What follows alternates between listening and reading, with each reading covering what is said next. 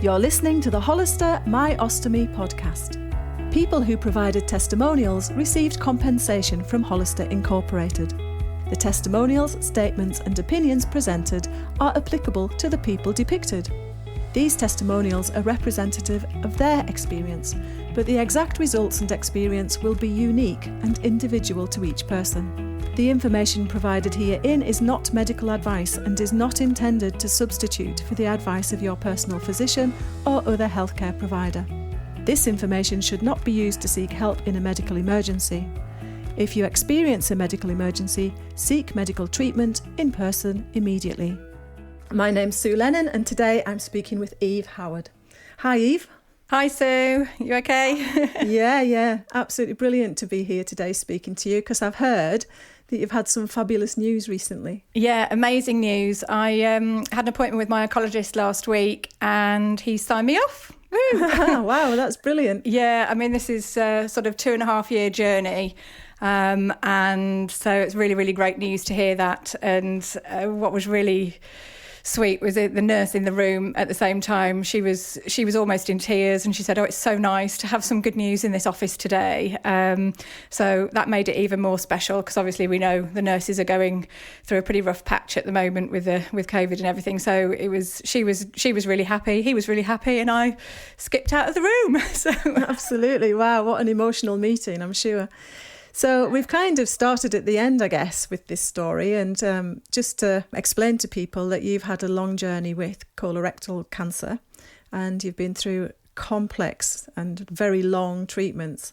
And I just wondered if you could put that into kind of context for us, give us the chronology of events, I suppose. Yeah, so it has been quite a journey, and this would have been, this is going into my third year as a cancer patient, and essentially I was pretty much at the peak of my career, running my own self-employed business, looking after 2 small children as well. And slap bang in the middle of that, I got poorly and then had a stage 4 bowel cancer with liver metastases diagnosis in October 2018, which was obviously horrific and a very, very dark time. And I mean, I did have to push for that because I was so young. I had to push the GP to take it seriously almost and demand a colonoscopy. But because we've got a history of bowel cancer in the family, I suppose I was a little bit more aware of some of the symptoms and the side effects that I was having. Everything came back to bowel cancer, which obviously you try to remain positive with the family history. You know, I just kind of knew. So had a bit of a bumpy ride in getting the GP. Like I said, because I was so young, I was only 41 at the time. Normally they wouldn't even consider a bowel cancer diagnosis for anybody, you know, until they're in their sort of 50s and 60s. So eventually I got to take it very seriously. She fast-tracked me for a colonoscopy. And the sedation didn't work in the colonoscopy as it happened. So I saw everything and I saw my tumour. And that was a moment that I'll never forget because the atmosphere in the room at the time went from being not jovial, obviously, but fairly routine, shall we say. It went from being like, this is just a routine thing. We're not expecting to find anything. We're just checking it out just to make sure. And honestly, hand on heart, the room just turned to ice as soon as I saw that tumour. Like I say, the sedation didn't work for me. So I was very lucid and I was very aware of what it was. And the nurse at the time, bless her, who was holding my hand, she just squeezed my hand really, really tightly and said, "The doctor will talk to you." Although I saw the tumour on the screen, so I knew it was there, you know, that wasn't the clinical diagnosis. The diagnosis came when I obviously went to my consultant's office. And the moment at which I put my hand on that door handle, I literally felt like I was going to the gallows. I mean, the darkness, the dark place that I was in at that time was just indescribable. And it took every fibre of strength in my body to put my hand on that door handle and push down that handle into the Mr. Badger's office because I just knew what he was going to say, you know. And I just thought, well, I didn't know what he was going to say, but I thought he was going to say, "This is it for you, you know, there's nothing we can do," you know. I walked through that door, and I almost felt like there was a tunnel, and it was just me and Mr. Badger. Mr. Badger took my hand, and he just looked straight into my eyes, and it was like everything else just fell away at that moment. It was such a crucial moment. He looked into my eyes and he just said, you have got no pleasantries almost, no pleasantries walking in. He just got straight to the point, which I was so grateful about, because it's like, you want to just be put out of your misery, don't you? And he said, you have got a very serious problem, Eve, but it is treatable and curable. Never forget those words. But it could have been very different. The way he delivered that message to me could have been very different. He was obviously very clued up about me enough to know how to say it, because within 30 seconds he was making a joke saying, oh, don't worry, if it doesn't work, we'll just turn you into glue and whatever, and which instantly within 30 seconds broke the ice, and we were all laughing, which is unbelievable. But I mean, it was just a fast track from there. So within a couple of weeks I had a Hickman line inserted, which is a port to allow chemotherapy to be transmitted directly through to your veins, straight into your heart. Then I started on 2 months of Folfox. I had to cut it slightly short because I had quite a few side effects that they were concerned would be permanent. So I had quite a lot of neuropathy, which it was quite serious. My hands were kind of clawing at the time. So after the 2 months of that, had a bit of a break, as you do, to allow everything to settle. Then it was 6 weeks of chemo radiotherapy, another little break after that, and then straight into surgery, which, I was very fortunate that I was able to go straight into surgery, because what that meant was that all of the treatment that I'd had before worked. So it meant that the 2 months of chemo, oxaliplatin, and the chemo radiotherapy, it meant all of that had worked and shrunk the tumour enough to be operable, which is what everybody wants to hear. So in the July, I had my low anterior resection, which is essentially where they cut the bad part out of your bowel and remove a 10 centimetre margin either side of that bowel. So I've got 20 centimetres of my bowel missing now. Bit of a rough ride in hospital. I was in for 3 weeks, which is longer than normal. Normally it would probably be about a week or so. But I had something called ileus, which apparently the bowel doesn't like being taken out of the body and handled and put back in again. So mine reacted quite badly to that. Loads of staples in my tummy. And of course, I woke up with an ileostomy. So one of the memorable things was immediately before my operation, they said, if you wake up and your stoma is on your left, it will be permanent. That will be a colostomy. If you wake up and it's on your right, it will be temporary, most likely temporary, and that will be your ileostomy. So, of course, the first thing I did when I came round was put my hands down on my tummy and think, am I left, am I right? Is it permanent? Is it temporary? And it was an ileostomy. So that was that. And then 4 months after that, I then had to go to have my liver resection. So it was all happening very quick. There was no time for any adjuvant chemotherapy in the middle. So I went straight to recovery and then straight to another surgery. So November 2019 was the liver operation. Then shortly after that, I started on some adjuvant 5-FU chemotherapy. And the reason they do that is obviously to mop up any remaining cancer cells that might be flowing around in your bloodstream. So after that, they do several scans. You have your regular MRI scans and check that everything's okay. And it was, luckily. And then after the adjuvant chemotherapy, we then had to wait to see where I was able to have an ileostomy reversal, which I was. And then that happened in August last year. So I finished my adjuvant treatment just at the start of the pandemic. I rang the chemo bell pretty much at the start of the pandemic. And I'm sort of pleased to say now that I'm all healed up from the ileostomy reversal, which only took 30 days to heal. And then here we are today. I've had multiple MRIs and CT scans to get to where we are now, January 2021. it doesn't really change. Every single time you have a scan, you're still as nervous as you are the first time. And, knowing that I've obviously had two tumours in the liver. The liver is a tricky organ, shall we say, whereas my surgeon was fairly confident that it's quite unlikely that the tumour would return in the bowel setting.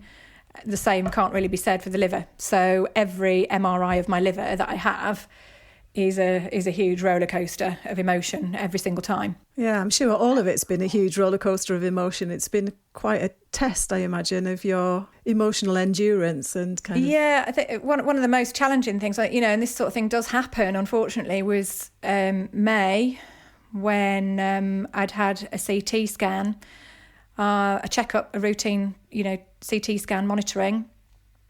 I was told that the tumours in the liver had in fact come back, which, again, at that point, after being through everything, I just thought the worst at that point. I really did, and I'm quite an upbeat person. I'm very positive, I carry on, for the children, for myself, take great pride in my work. But when I heard that news in May, that the tumours had come back in the liver, I really did think my number was up at that point. Had the conversation with the children the night before. Oh, they rushed me in. They rushed me into, within about 2 weeks, they rushed me in for a repeat liver resection. And I mean, that was a huge operation. I had 72 staples in my abdomen. They cut you open from in between your bosom, just at the top of your rib cage, all the way down to your belly button, hang a right the way around to almost to your back. So it's a huge... You're basically like you've been opened like a can of tuna, Yeah. So it's a huge operation. So to be told to have to go through that again. So I'd had the conversation with the children in the May, when I thought I was facing a second liver surgery, that Mummy was very poorly and Mummy got to go back to hospital. We spent the night before I was due to go in speaking with our life insurance advisor, setting up trusts for the children, sorting out the wills, just things that, no mother or anybody wants to do at all, I mean, now it seems like a story that I'm telling, but obviously at the time, horrific, very, very emotional, like you say. I can't even describe what happened next, really. It was literally hours before I was due to go in. They phoned and said, essentially, we've made a mistake. The tumours aren't there. It's scar tissue and you don't need to come in for your surgery. And I couldn't be joyous because I thought this is some kind of mistake. How can a senior surgeon say, this is going to happen, and then within 12 hours of it happening, turn around and say, no, it's not going to happen. So that was an interesting twist to the tale. And I had to wait till the next day before I could speak to the surgeon and get full clarification. So that was a hellish night because I was thinking, well, is it true? You wouldn't believe it. I mean, all sorts of things ran through my mind that night, Yeah. And luckily, when I spoke to him, he was he said, no, it's scar tissue. 4 senior, very experienced radiologists have looked at these scans. We've looked in detail at the MRI and it is scar tissue and we're confident of that. And I've had 2 MRIs since that conclude that there's only scar tissue in the liver at the moment, touch wood, as well. So, yeah, I mean, there's emotion and then there's additional emotion, and you just don't know. You don't know which way your journey is going to take you, but that was... Yeah. But I imagine that kind of uncertainty and, like you say, the degree of paranoia stayed with you until you'd had the next scan. It's not just immediate reassurance from the surgeon. No, and it stayed with me even now. I had a CT scan at Christmas Eve, actually. Took a nice box of mince pies in for the nurse and she was extremely grateful. And then I had an MRI first week of January, and you do find yourself doubting it, even though I've been told that there's, scar tissue there, and it's not. Every little twinge that you have, and any person who's had a diagnosis will completely relate to me on that. Literally every single twinge you have, even if it's in your thumb or your toe, you think, oh, it's back, and that's, you just can't help it, because that's just human nature, isn't it? Yeah, absolutely. It's certainly my experience working with patients with prostate cancer. People would ring and say, I've got a headache. Do you think it's that? Yeah, and it is everything. It's literally everything. And it is like having a veil. It's like looking at life through a veil. You look at life through cancer. Even if you're boiling the kettle, you're thinking, oh, I hope that scan was right. I hope my next scan's okay. All sorts of things like that. But for me personally, my colorectal surgeon doesn't want to see me now for another 3 years. So, I mean, that's gobsmacking. I mean, that's such a long time, that, well, my first thought was, great, he obviously thinks I'm still going to be here in 3 years, which is brilliant, So that's fantastic. But the liver, for me, will have to be monitored more regularly than that. So I think I'm still on a 12-week programme at the moment for the liver. But the fact the oncologist signed me back over for monitoring is amazing. Yeah, really, really good. It really is. And what about turning to the ostomy side of things? What sort of support did you have, and how early did you meet a stoma care nurse, and, kind of how did that play out? So the whole stoma journey began, obviously, like I said, when I woke up, put my hand down, and I felt for whether my stoma was on the left or the right. And as soon as I found out it was on the right, I thought, okay, there's opportunity there in the future to reverse this if necessary. And I had a really good relationship before I actually went into hospital. And I think this is a really important point. I knew from October 2018 until July 2019, I knew that I was going to have an ileostomy or auriculostomy as it happened. I knew I was going to be presented with a stoma at some point during my journey. So I was lucky. I had 9 months to plan for my stoma. And in that time, I got really friendly with my stoma nurse and the clinical nurse specialist as well. So I had lots of practice on a pretend stoma. I had a nurse come round to the house with a stoma kit, which was interesting. I had lots of opportunities to ask questions, and I saw them several times before the big day. Pretty much as soon as I woke up and I'd been transferred into my ward bed, the stoma nurse was there almost straight away. So I'm really grateful of that. And I was able to... Well, I did walk. I was able to walk to the bathroom, and the stoma nurse comes with you. So, for anybody kind of thinking, oh my gosh, I'm going to wake up and I'm going to be on my own, I'm not going to know what to do with this thing. I think they do try to get that stoma nurse on hand as quickly as possible to obviously, help you get to grips with it as soon as possible, because that makes a big difference. She showed me how to cut the aperture in the flange. She showed me how to cut the right size, because it's not as easy as you think. Everybody's stoma is completely unique.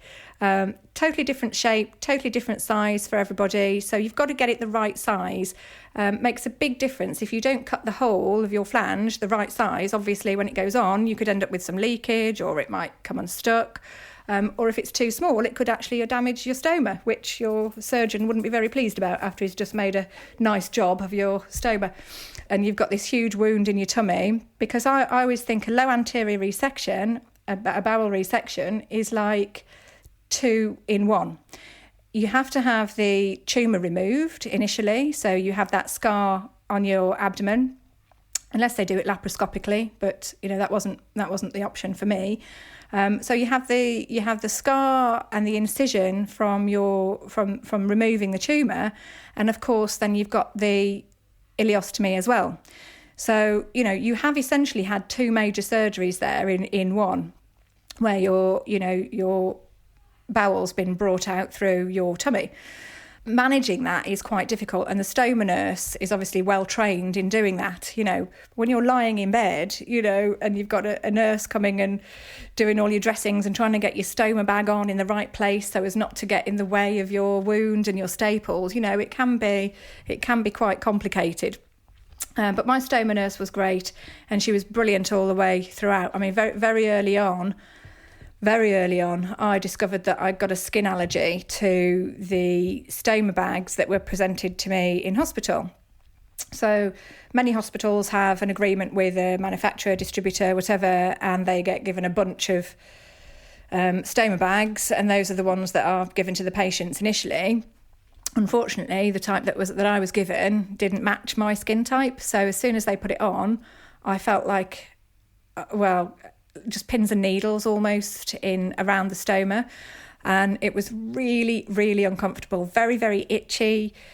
Like, because I've got a latex allergy, so I'm assuming it's something connected to that, possibly. Yeah, I was going to ask you that. Had you got like pre-existing allergies anyway? Yeah, I mean, I know I've always had a latex allergy, but most medical things now are latex free, so I couldn't really understand it. I thought, well, if anything, it's going to be very sort of hypoallergenic, or I think it's hypoallergenic. I thought this material all stoma bags are made of is the same. Naively, that's what I thought. I thought all stoma bags were the same. In fact, I didn't even know at that time that there were different stoma bags. So, and I think that's an important thing. If you don't know to ask questions, then you don't know. Whereas I found out because I had an issue, and I just said, look, I can't live with this. It's sort of difficult enough living with everything else. I can't have this skin allergy. I literally wanted to rip the bag off within 30 seconds of it being on my body. And I managed to find one lady who had a similar issue, and she'd found the Dansac Novalife tray bag. And I thought, got on the phone to the stoma nurse. So this is just, you're never going to believe it. I found this lady who's had the same problem as me, and described to her the brand. And she said, well, funnily enough, I've got a bag of those in the office. They came last week. I'll bring them round today. So she turned up on the doorstep at 4:30 that day, which I was like, and I think I gave her a big hug and said, oh, thank you. And the rest was history, because I really had like a hellish journey before that with every single bag. Itching, not sticking, falling off, quite a few sort of embarrassing incidents had happened along the way. So I was really pleased to find a solution, which was, it was all to do with the material that the flange was made of. And I think once you find that solution, it literally does change your whole world and your whole experience. I mean, people need to know that that's what your stoma nurse is there for, to go away and do some research and help you out. Yeah, absolutely. So what about when you go like for revision surgery or for further liver surgery, and you're going into theatre and there's a risk that they're not going to apply that particular brand? How do you handle that? Yeah, gosh, well, it's amazing you should say that, because that is a real issue, because you're obviously completely unconscious, you've got no idea what's going on, and then who knows what's going to happen. Now, when you have a baby, or when I had my babies, they put big latex-free banners across the door, so we knew that everything in that room had been taken out. Well, of course, it wasn't like that when I went for my second liver op. I just had a Sharpie pen, and I literally just took two of my existing pouches in huge black letters, just scrawled my hospital number first, because I don't want them sticking it to somebody else, so scrawled my hospital number on the top and said, please reattach me to me, obviously. And I literally went in with clutching it in my hand, so, and then when I woke up, it was there. And in fact, I've still got it. I've kept it. I've kept a spare one. I didn't keep the one that they put on, obviously. That would not be good. I took two spare ones in, and they only used one, and I've kept the one upstairs. I have a memory box of everything from my whole journey. So yeah, and I think that's important. If anybody is going into a situation like that, then... I mean, I'll be honest, as many times as you have it written in your notes, sometimes notes get missed, because there's so much going on. It's a very busy, fast-paced environment, and sometimes sort of essentially, I suppose, things that they may not consider to be life-threatening, sometimes little things like that do get missed. But I would certainly say bring it to the attention of your clinician before you're going in for any remedial surgery, to write it out in triplicate with a highlighter on, or take a Sharpie pen like I did. Write it on your forehead. Yeah, write it on your forehead. Because I mean, people, if you have got an allergy, you probably know about it already, but there's a chance you may not. And this might be the first time that you're finding out about a skin allergy. So to know that there are other alternative options out there, was a godsend for me. And there's not only the bag, there's a whole range of supplies as well that go with that to help support the fit of your flange. If it's not working, there are seals, there's wipes that you can use, there's sprays that you can use that will help mitigate any of that kind of skin irritation problem that you might have. But it was months for me before we got it into an even keel. Yeah, I'm a great believer in curiosity, and I think curiosity makes us better people, better patients, better nurses, better parents. I think we should just be curious all the time and not settle for discomfort. You're listening to Sue Lennon with Eve Howard on My Ostomy podcast. One of the things that I found when I went to have my staples removed from the GP surgery, and she'd only put 5 minutes in the diary, and then I turned up and she said, "Oh, there's 72 staples." And I said, "I know." She said, "Goodness me." She said, she got on the phone, she said to her secretary, she said, "Cancel all the rest of my appointments. I'm going to be here for quite some time." But what I found was when she was doing that, she didn't know, and this was an HCA, actually healthcare assistant, in the GP setting, who had no direct experience of people with stomas. Now, I live in a village where there's 16,000 people and a growing elderly population. I wouldn't like to hazard a guess how many of us have had stomas, but I bet there's quite a few. And she actually said to me, "Would you be prepared to do a little sort of presentation thing?" So there and then, I did a stand-up demo on, how to change your stoma bag and, what to consider. Obviously, if you're doing it for somebody else, it's different slightly, doing it for somebody else than yourself.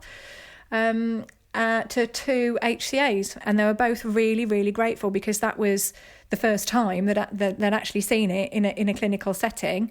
So depending on where you're accessing your healthcare, maybe they won't have the hands-on experience that you might need, to help you through this. So who knows? It's such a broad spectrum of experiences, I think.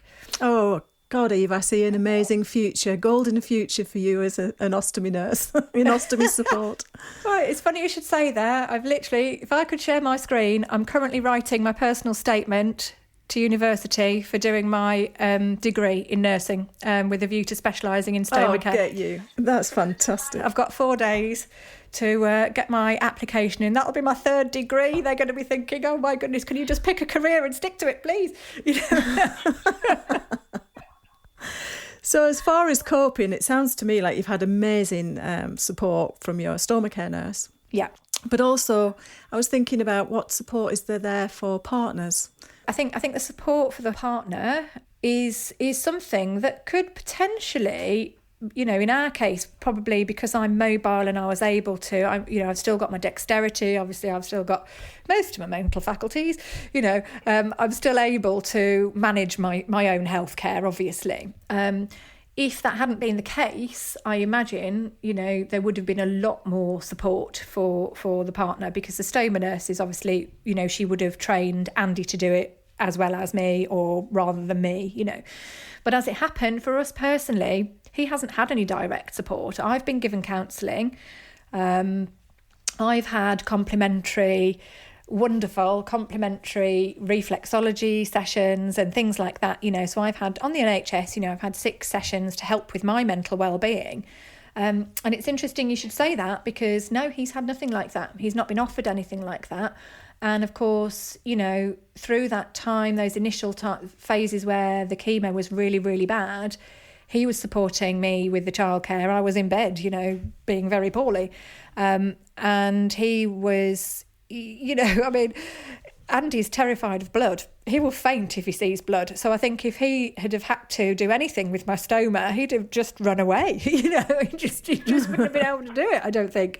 One of my early memories, actually, right at the beginning, after every appointment, we used to stop by the pub on the way back and just have a drink and talk to each other and say, okay, what are we going to tell the children? So after every consultation, we would regroup and we would say, right, we're going to say this to the children, what we're going to say to my parents. You know, my mum suffers from anxiety anyway. My father had had a prostate cancer diagnosis 6 months before my bowel cancer diagnosis. So my poor mother, she could do with support as well. And I think that's one of the things, you know, one of the times that we did stop off at the pub to have a drink on the way back was he actually admitted to me that he'd been crying driving on the way into work. And that really got me, because I'm hoping he can't hear me actually, but it really, really got me. And I'm trying not to get emotional now, but I never thought he would be like that. You know, I didn't think it would get to him that much. He's so focused on his work. I just literally thought he'd be going to work and,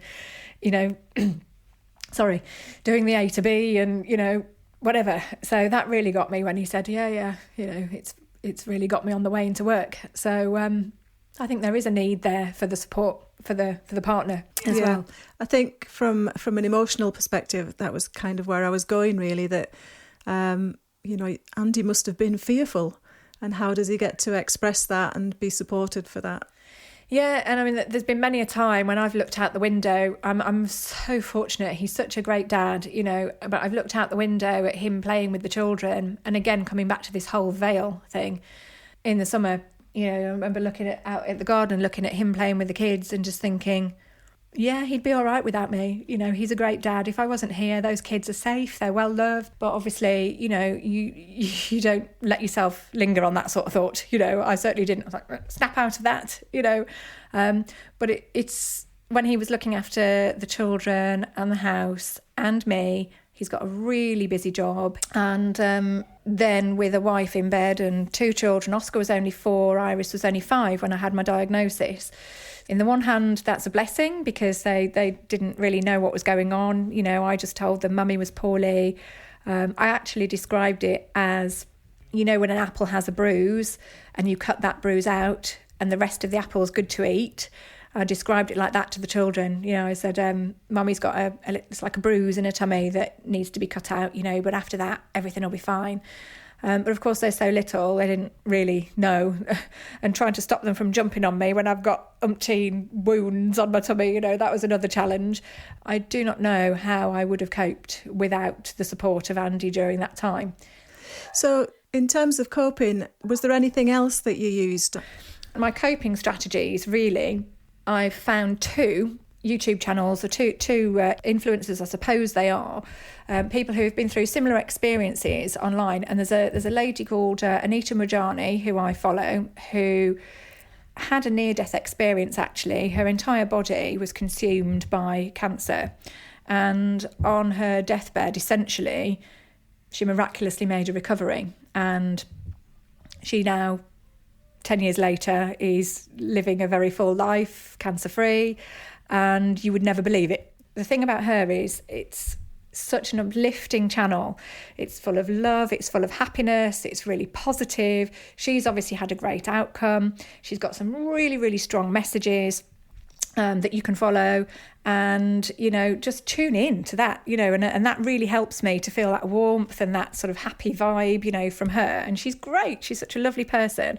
Every day, you know, I have a point where I'm starting to think, oh, you know, bad thoughts again. And I think, no, put some Anita on and she'll lift me right up, you know.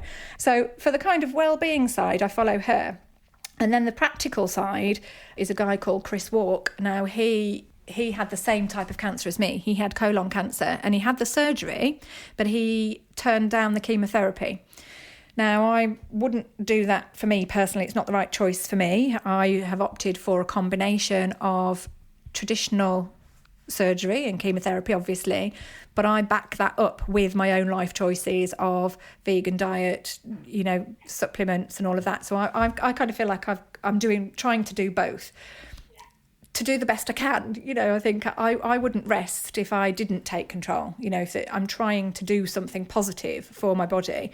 If I just sat by and let it all happen, I would never forgive myself if I did have a recurrence.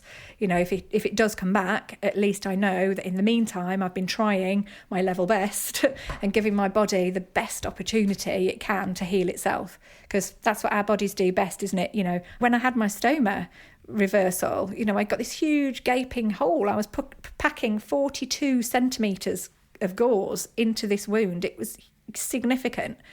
30 days, completely healed. That's what our bodies do best. They heal. So the whole chemotherapy thing, what I'm thinking about is the coping side of life in terms of side effects of chemotherapy, and I suppose the sexual impact of things. You're both under massive strain, etc., etc. My poor husband, why hasn't he run off with the secretary? He doesn't have one, that's why. A few. And he's homeworking. Praise the Lord. Long may that continue. No, joking aside, there's obviously myriad side effects that come along with chemotherapy, and some of them are hugely challenging. I suffered with my hands, my feet, my body, everything kind of curled up. I was in a fog. I can remember standing in front of the washing machine one day going, oh my goodness me, I don't know what button to press.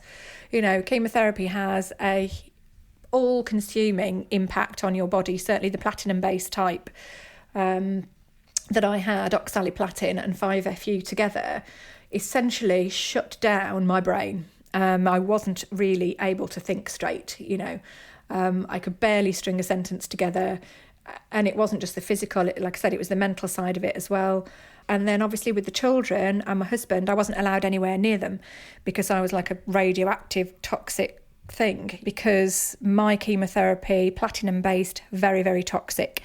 So the advice is to sleep in separate rooms, have separate bathrooms, use separate towels, flush toilets, any shared toilets, flush them twice.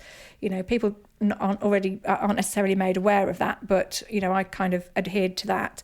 We still haven't gone back to our marital bedroom. We're still in separate rooms because he's still having to look after Oscar through the night.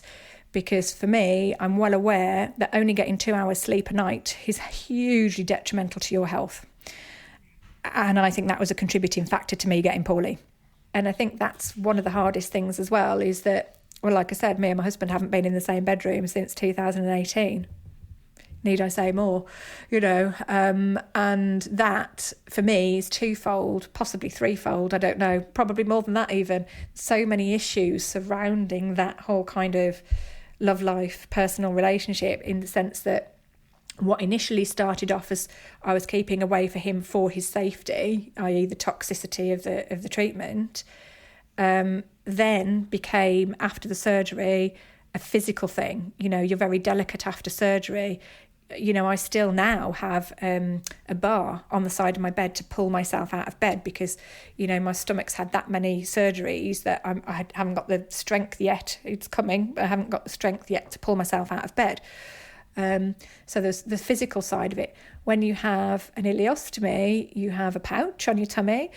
And I can remember Andy cuddling me one day and my pouch was all rustly and I just thought, oh no. And I just found myself pushing him away, just out of embarrassment, and made some kind of rubbish excuse like, oh, I've got to go and see to one of the children or something like that, and that's what I've done, for the last 2.5 years. I've made excuses because, with the pouch, it's noisy, there's no two ways about it.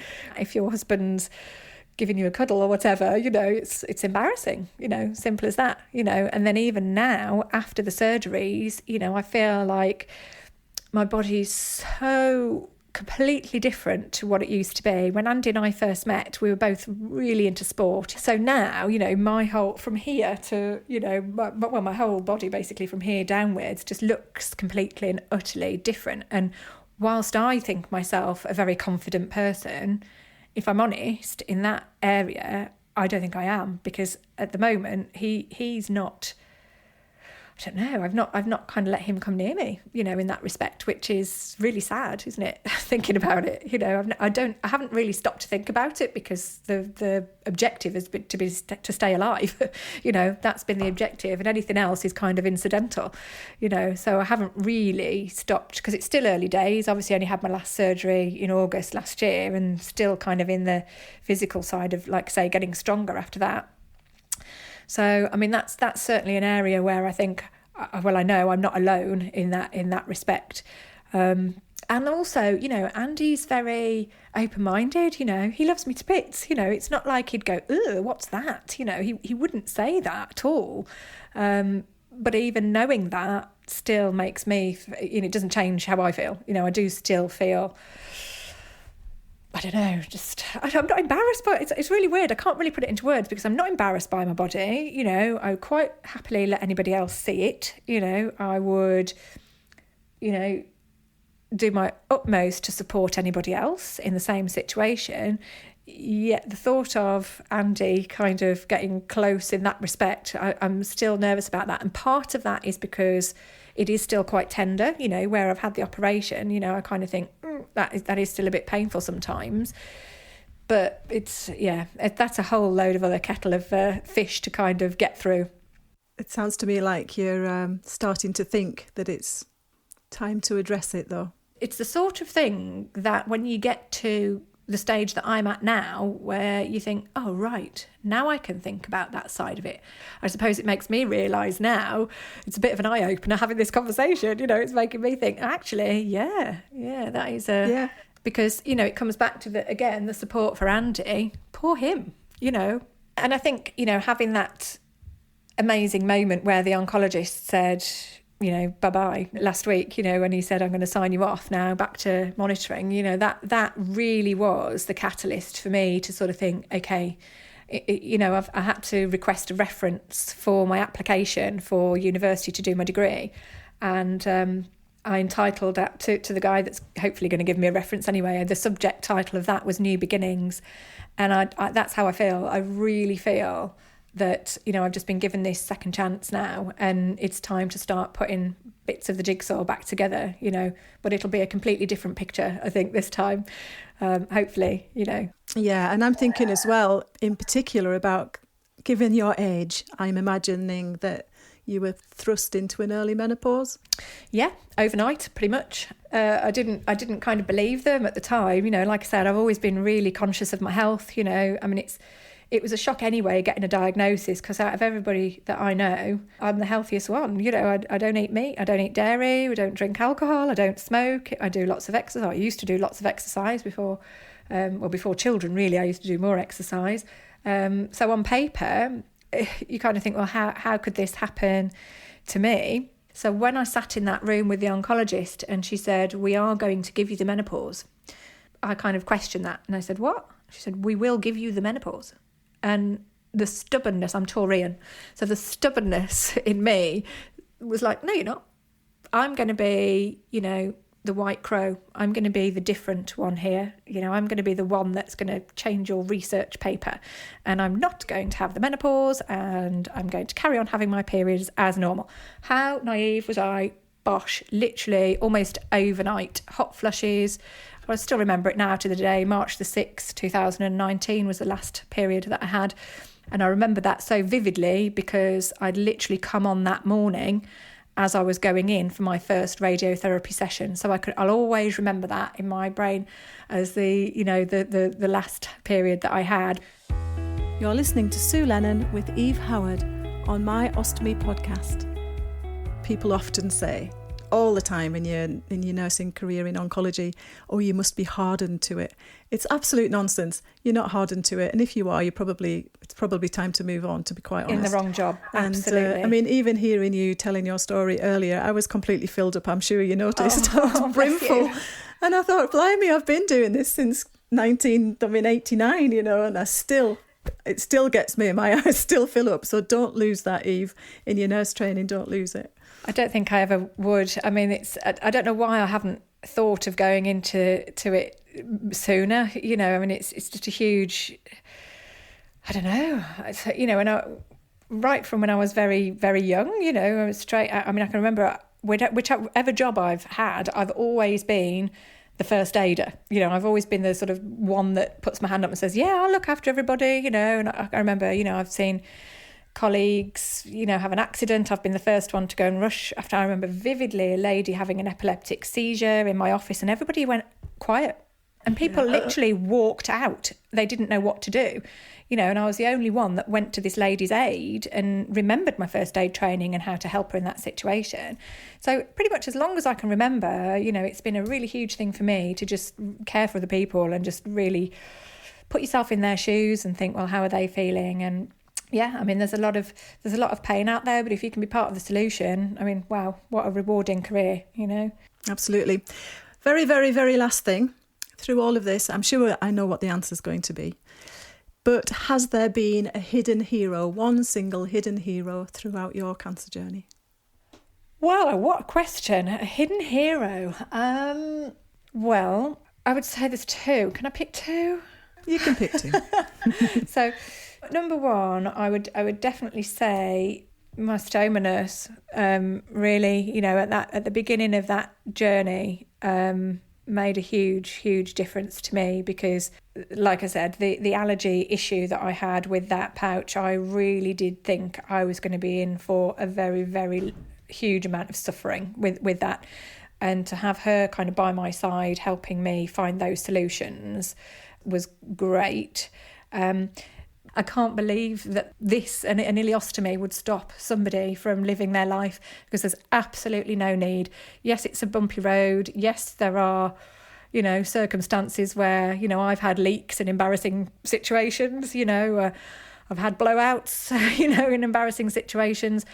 But as long as you're prepared, there's no reason why a stoma should stop you living your life. But the sort of overarching hero, I think, through all of that is just the state of mind that you're in.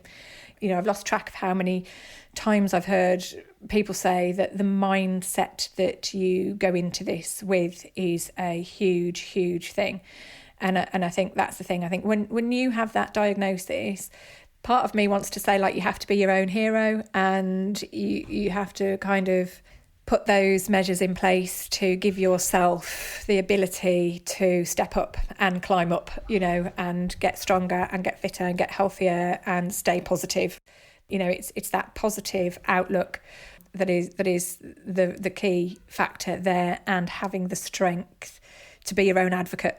Ask those questions, have the strength to do something that's going to make your day better, have the strength to ask somebody for help if you need it, have the strength to just keep going every day and think, these clouds will pass, the next day will be brighter. Brilliant.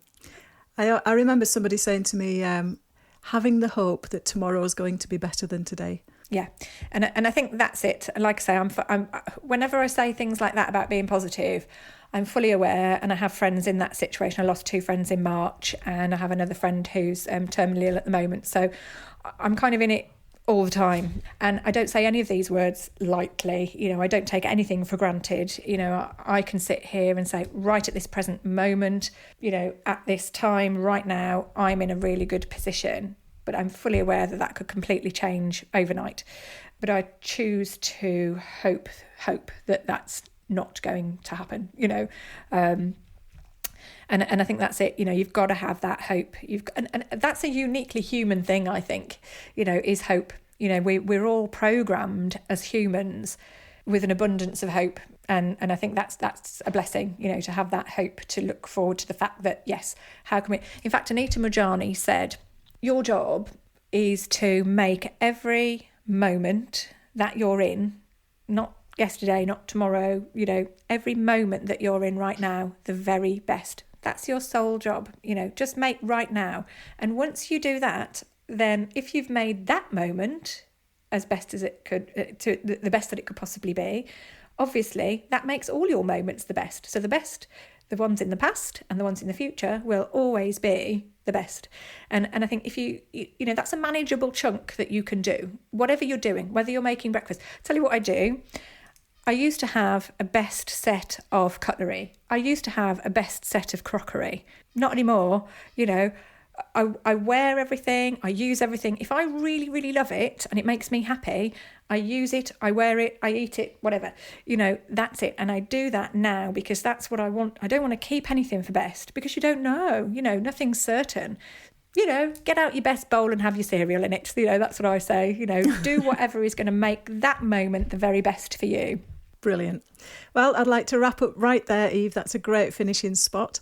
And thank you absolutely loads for your time today, your openness and your honesty. And I do hope we'll be speaking again soon. Likewise, Sue. Thanks so much for the conversation. I've really enjoyed it. I hope other people get something from it too.